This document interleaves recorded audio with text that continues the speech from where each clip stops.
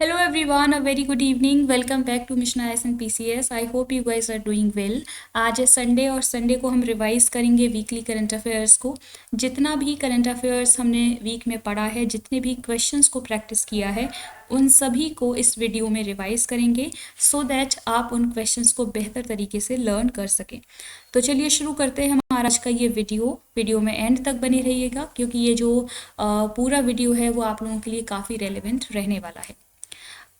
First question है, Krishna Raja Sagar dam has recently been in news is located on the bank of which river.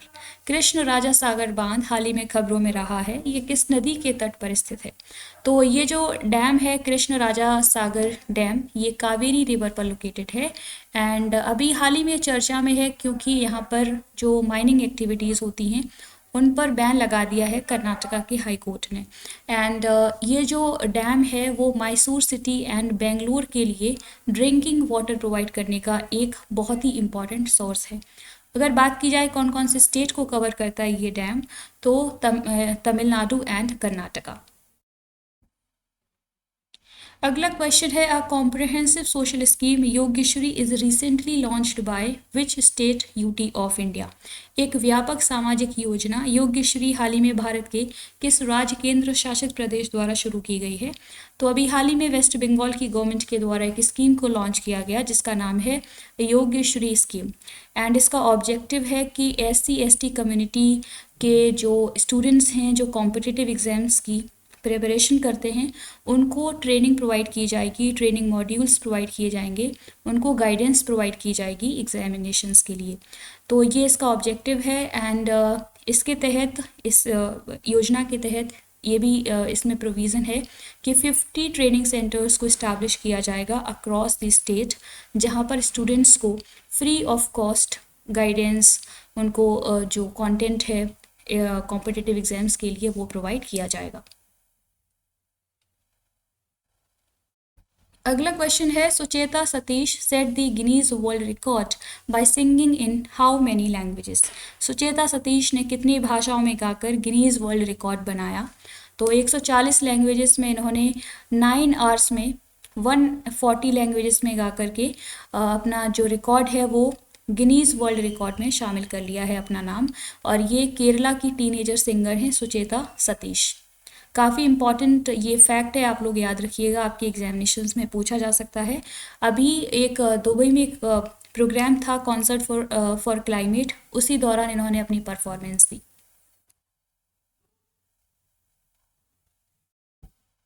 अगला question है, recently evidences of which historical period has been found in Mulugu district of Telangana.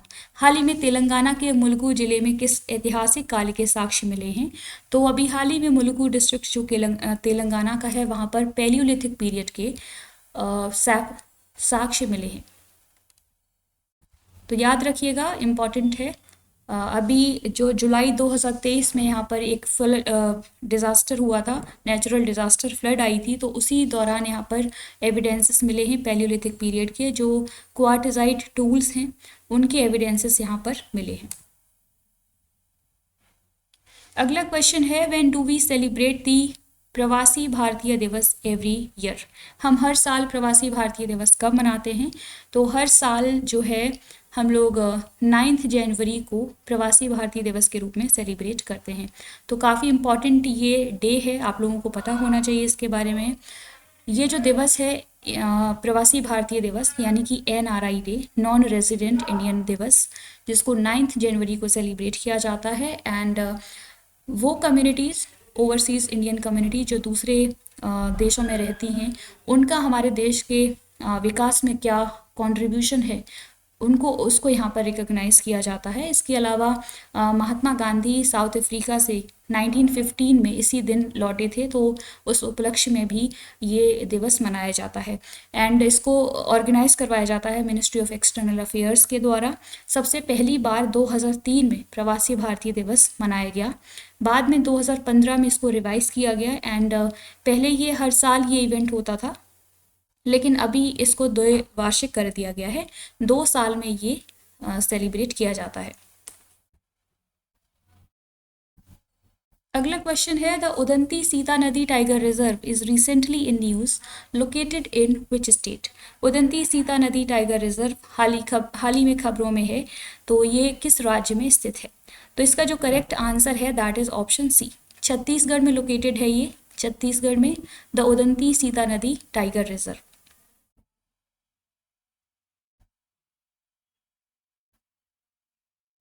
अगला question है Sheikh Hasina who has recently secured a record fourth consecutive term as PM of Bangladesh belongs to which political party. Sheikh Hasina जो कि बांग्लादेश की fourth time prime minister बन गई हैं अभी हाल ही में, ये आवामी लीग जो पार्टी है वहाँ की, उससे बिलोंग करती हैं। अगला क्वेश्चन है which among the following is not the recipient of the संसद रत्न अवार्ड्स 2024। निम्नलिखित में से कौन संसद रत्न पुरस्कार 2024 का प्राप्तकर्ता नहीं है। तो ये जो चार ऑप्शंस हैं इनमें शशि कुमार जो हैं वो ये जो अवार्ड है इसके रेसिपिएंट नहीं है। बाकी की जो तीन ऑप्शंस हैं वो बिल्कुल करेक्ट हैं। सुकंता मजूमदार, एकनाथ शिंदे, सुधीर गुप्ता, ये तीनों ही रेसिपिएंट हैं जो ये संसद रत्न अवार्ड 2024 है इसके। ये जो अवार्ड है वो हर साल जो टॉप परफॉर्मिंग पार्लियामेंटेरियंस हैं, जो एमपीज़ हैं, उनको दिया जाता है उनकी परफॉर्मेंस के बेसिस पर। तो अभी हाल ही में लोकसभा के 5 एमपीज़ को सिलेक्ट किया गया है इस पर्टिकुलर अवार्ड के लिए। सुकंता मजूमदार बीजेपी पार्टी से बिलोंग करती हैं, एकनाथ शिंदे, सुधीर गुप्ता, अमोल राम सिंह कोल्हे एंड कुलदीप राय शर्मा।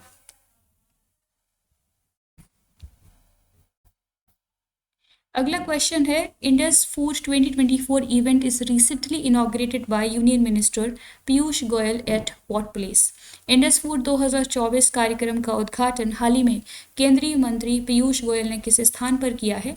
तो अभी हाल ही में पीयूष गोयल के द्वारा इंडस फूड 2024 का जो उद्घाटन है वो ग्रेटर नोएडा उत्तर प्रदेश में किया गया है।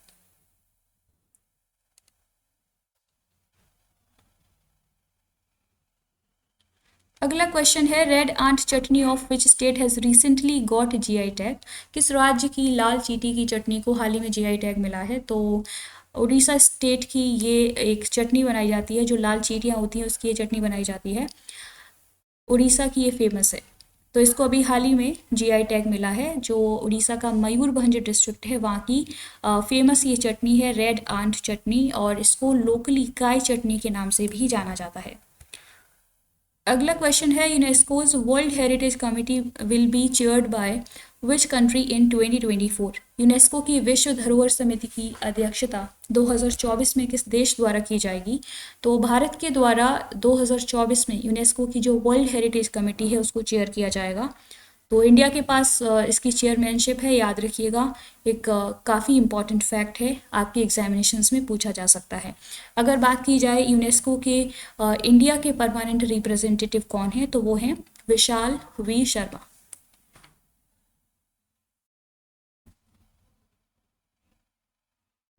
अगला क्वेश्चन है Prasadam India's first healthy and hygienic food street has been inaugurated in which city of India. Prasadam Bharat की पहली स्वस्थ और स्वच्छ फूड स्ट्रीट का उद्घाटन भारत के किस शहर में किया गया है। तो उज्जैन मध्य प्रदेश में इंडिया की पहली healthy and hygienic food street बनाई गई है। इसमें मोर देन 17 फूड स्ट्रीट्स होंगी, जिसका ऑब्जेक्टिव रहेगा कि जो भी डिवोटीज़ आते हैं यहाँ पर अलग अलग जगहों से, उनको pure and clean food provide किया जाएगा।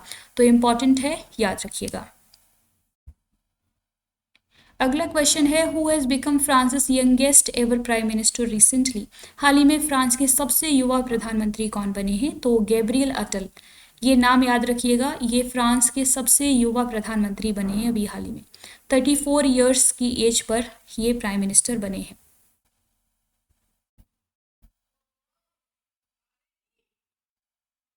अगला क्वेश्चन है which airport has achieved the title of world's best airport for 2023। किस हवाई अड्डे ने 2023 के लिए विश्व के सर्वश्रेष्ठ हवाई अड्डे का खिताब हासिल किया है। तो सिंगापुर का चांगी एयरपोर्ट को अभी हाल ही में ये टाइटल मिला है, वर्ल्ड का बेस्ट एयरपोर्ट फॉर 2023 का टाइटल। अगला क्वेश्चन है when is the world day of war orphans observed every year, हर साल विश्व युद्ध अनाथ दिवस कब मनाया जाता है? तो इस क्वेश्चन का जो करेक्ट आंसर है दैट इज ऑप्शन सी, यानी कि 6 जनवरी को हर साल हम world day of war orphans के तौर पर ऑब्जर्व करते हैं। एंड इसका ऑब्जेक्टिव ये रहता है कि कहीं भी वॉर की सिचुएशन होती है, कोई स्ट्रगल होता है, क्राइसिस होता है, तो उसमें चिल्ड्रन जो होते हैं वो मोस्ट अफेक्टेड सेक्शन होते हैं सोसाइटी के। अगर उस पर्टिकुलर वॉर में उनके पेरेंट्स की डेथ हो जाती है तो ऐसे जो चिल्ड्रन हैं उनका वो काफ़ी वल्नरेबल स्थिति में होते हैं और उनको प्रोटेक्ट करने की ज़रूरत होती है। तो इसी कॉन्टेक्स्ट में ये डे सेलिब्रेट किया जाता है। और अभी जो 2024 में डे सेलिब्रेट किया गया उसकी थीम्स हैं orphan lives matter and second theme है standing up for war affected children. इसका ऑब्जेक्टिव ये रहता है कि ऐसे जो अफेक्टेड चिल्ड्रन हैं, वॉर अफेक्टेड चिल्ड्रन, उनको सपोर्ट प्रोवाइड करना, उनको प्रोटेक्ट करना। अगला क्वेश्चन है who has become first woman to be honoured with Arjuna award 2024 for equestrian sports. घुड़सवारी खेल के लिए अर्जुन पुरस्कार 2024 से सम्मानित होने वाली पहली महिला कौन बनी है? तो ये इनका नाम है दिव्य कीर्ति सिंह। ये अभी हाल ही में फर्स्ट वुमेन बन गई हैं जिनको अर्जुना अवार्ड मिला है 2024 में घुड़सवारी के लिए। ये राजस्थान से बिलोंग करती हैं। अगला क्वेश्चन है what is India's ranking in global passport rankings 2024। Global passport ranking 2024 में भारत की रैंकिंग क्या है? तो इंडिया की जो पोजीशन है दैट इज़ 80th पोजीशन। 80वें स्थान पर भारत को रखा गया है ग्लोबल पासपोर्ट रैंकिंग 2024 में। काफ़ी इंपॉर्टेंट एक रैंकिंग है, रिपोर्ट है, आप इसको याद रखिएगा। और इसमें बताया गया है कि इंडिया को 62 कंट्रीज़ में वीज़ा फ्री एक्सेस है। वीज़ा के बिना 62 कंट्रीज़ में इंडिया के जो लोग हैं वो विज़िट कर सकते हैं। अगर टॉप कंट्रीज़ की बात की जाए तो 6 कंट्रीज़ को टॉप पोजीशन में रखा गया है, France, Germany, Italy, Japan, Singapore and Spain. अगला क्वेश्चन है which 2 countries recently join India's 43rd Antarctic expedition. हाल ही में कौन से 2 देश भारत के 43वें अंटार्कटिक अभियान में शामिल हुए हैं? तो मॉरिशस एंड बांग्लादेश ने अभी हाल ही में इंडिया का जो ये अंटार्कटिक एक्सपीडिशन है, अभियान है 43rd, उसको ज्वाइन कर लिया है। इसका ऑब्जेक्टिव रहेगा कि जो एंटार्कटिक रीजन है, ओशियन, उसको वहाँ पर रिसर्च को प्रमोट करना एंड एक्सप्लोरेशन करना। तो इसी ऑब्जेक्टिव के साथ इंडिया का जो ये एक सेंटर है, national centre for polar and ocean research, इसके द्वारा 43rd एडिशन जो है इसको लॉन्च किया गया था और इसी को अभी 2 कंट्रीज़ ने ज्वाइन किया है, मॉरिशस एंड बांग्लादेश ने।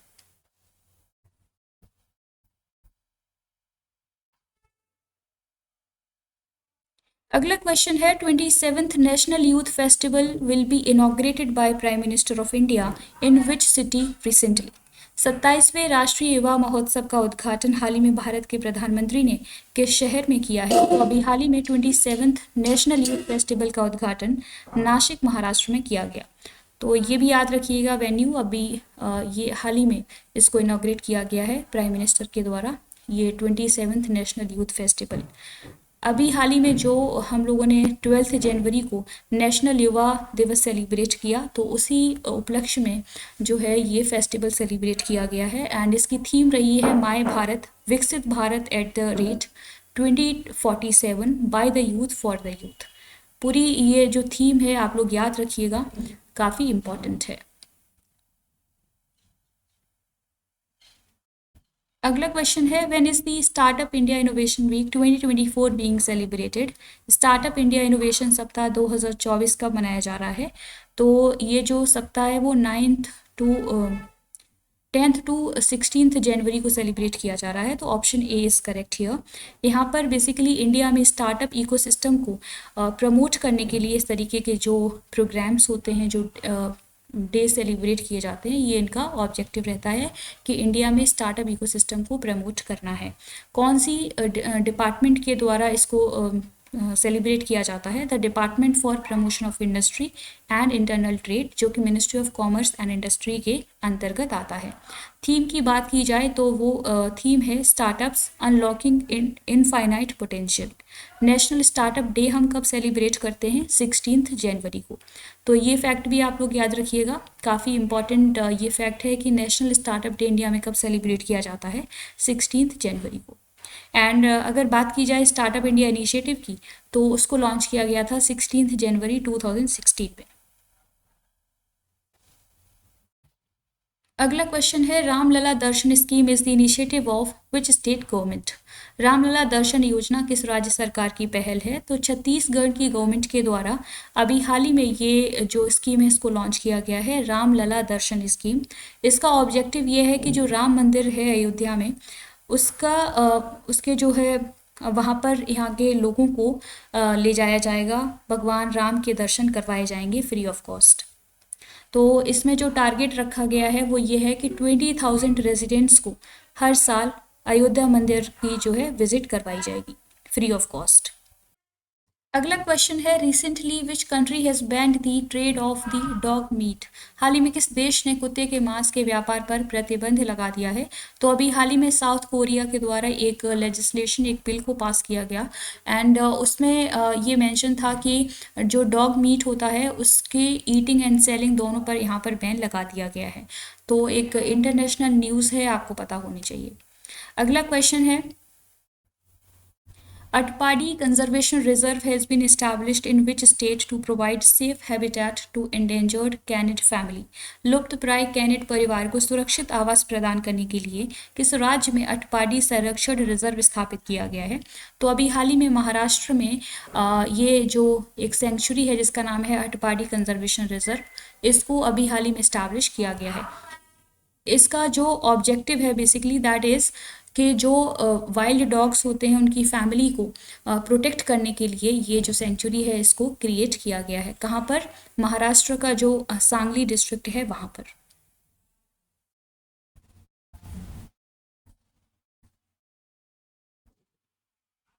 अगला क्वेश्चन है अनुभव awards scheme is in news was launched in which year. अनुभव पुरस्कार योजना खबरों में है, किस वर्ष शुरू की गई थी? तो 2015 में ये स्कीम को लॉन्च किया गया था जिसका नाम है अनुभव अवार्ड्स स्कीम। इसका ऑब्जेक्टिव ये है कि जो भी जो सेंट्रल गवर्नमेंट के एम्प्लॉयज़ होते हैं, पेंशनर्स होते हैं, उनके टेन्योर में गवर्नमेंट सर्विस में जो योगदान रहा उसको यहाँ पर रिकॉग्नाइज किया जाता है। और इसको इनिशिएट किसके द्वारा किया गया था? Department of pension and pensioners welfare के द्वारा। ये जो स्कीम है वो 5 अनुभव अवार्ड्स एंड 10 ज्यूरी सर्टिफिकेट्स को एनुअली ऑफर करती है। तो एक काफ़ी इंपॉर्टेंट स्कीम है, आपको पता होनी चाहिए। इसमें जो रिटायरिंग सेंट्रल गवर्नमेंट के एम्प्लॉयज़, पेंशनर्स हैं, वो पार्टिसिपेट कर सकते हैं। अपना जब उनका रिटायरमेंट होने वाला होता है तो उससे 8 महीने पहले का जो उनका अनुभव अवार्ड्स अनुभव है, अनुभव राइटअप को बेसिकली सबमिट करके इस स्कीम में वो पार्टिसिपेट कर सकते हैं।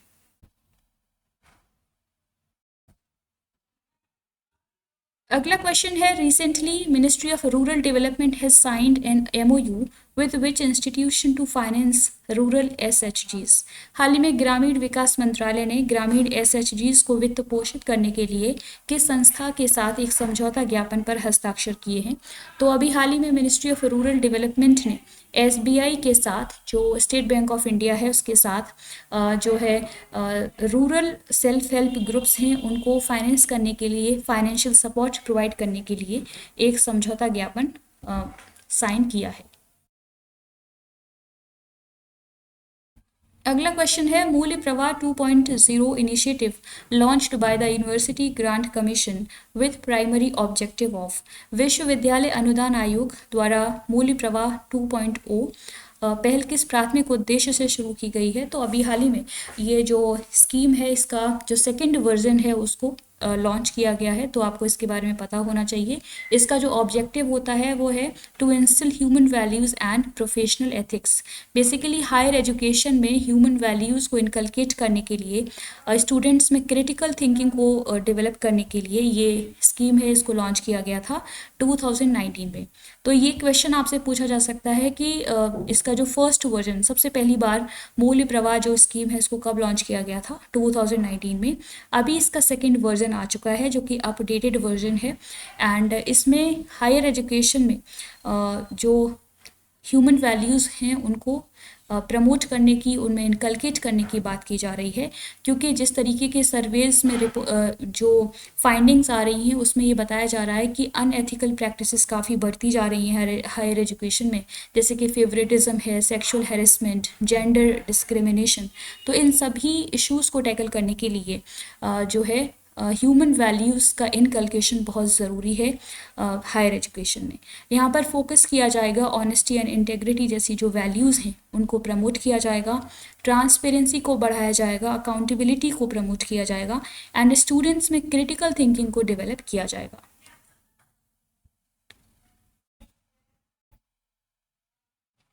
अगला क्वेश्चन है, recently Malkangiri airport has been inaugurated in which state of India? हाल ही में भारत के किस राज्य में मलकानगिरी हवाई अड्डे का उद्घाटन किया गया? तो ये जो हवाई अड्डा है मलकानगिरी, इसको उड़ीसा में इनॉग्रेट किया गया है वहाँ के सीएम के द्वारा। बेसिकली जो ट्राइबल रीजन है, ट्राइबल डोमिनेटेड एरियाज़, वहाँ पर कनेक्टिविटी को बढ़ाने के लिए, डेवलपमेंट को प्रमोट करने के लिए ये जो हवाई अड्डा है इसका इनॉग्रेशन किया गया है। अगला क्वेश्चन है, recently Aman Sehrawat has secured the gold medal in Zagreb open 2024 belongs to which sport? हाल ही में अमन सहरावत ने जाग्रेब ओपन 2024 में स्वर्ण पदक हासिल किया है, वह किस खेल से संबंधित हैं? तो ये जो अमन सहरावत हैं वो इंडियन रेसलर हैं। इन्होंने अभी हाल ही में जो ये कंपटीशन हुआ जाग्रेब ओपन 2024 उसमें गोल्ड मेडल हासिल किया है, चाइना के प्लेयर को हरा करके। अगला क्वेश्चन है, when is national road safety week annually observed? राष्ट्रीय सड़क सुरक्षा सप्ताह प्रतिवर्ष कब मनाया जाता है? तो इसका जो करेक्ट आंसर है दैट इज ऑप्शन बी, यानी कि 11th to 17th जनवरी को हर साल national road safety week celebrate किया जाता है। और ये अभी जो सेलिब्रेशन हुआ वो 35th ईयर ऑफ सेलिब्रेशन रहा, 35 साल कंप्लीट हो गए हैं बेसिकली। 1989 में ministry of road transport and highways के द्वारा नेशनल रोड सेफ्टी वीक मनाया गया था सबसे पहली बार, एंड इसका ऑब्जेक्टिव रहता है कि जो इंडियन सिटीजन्स हैं उनको रोड सेफ्टी के बारे में एजुकेट करना, अवेयर करना।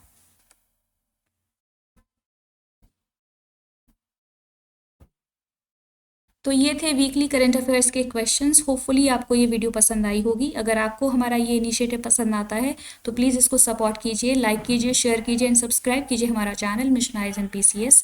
एंड करंट अफेयर्स से रिलेटेड डेली क्वेश्चंस को सॉल्व करने के लिए जुड़े रहिए हमारे इस चैनल से। And keep learning, keep practising. Thank you, take care, bye bye.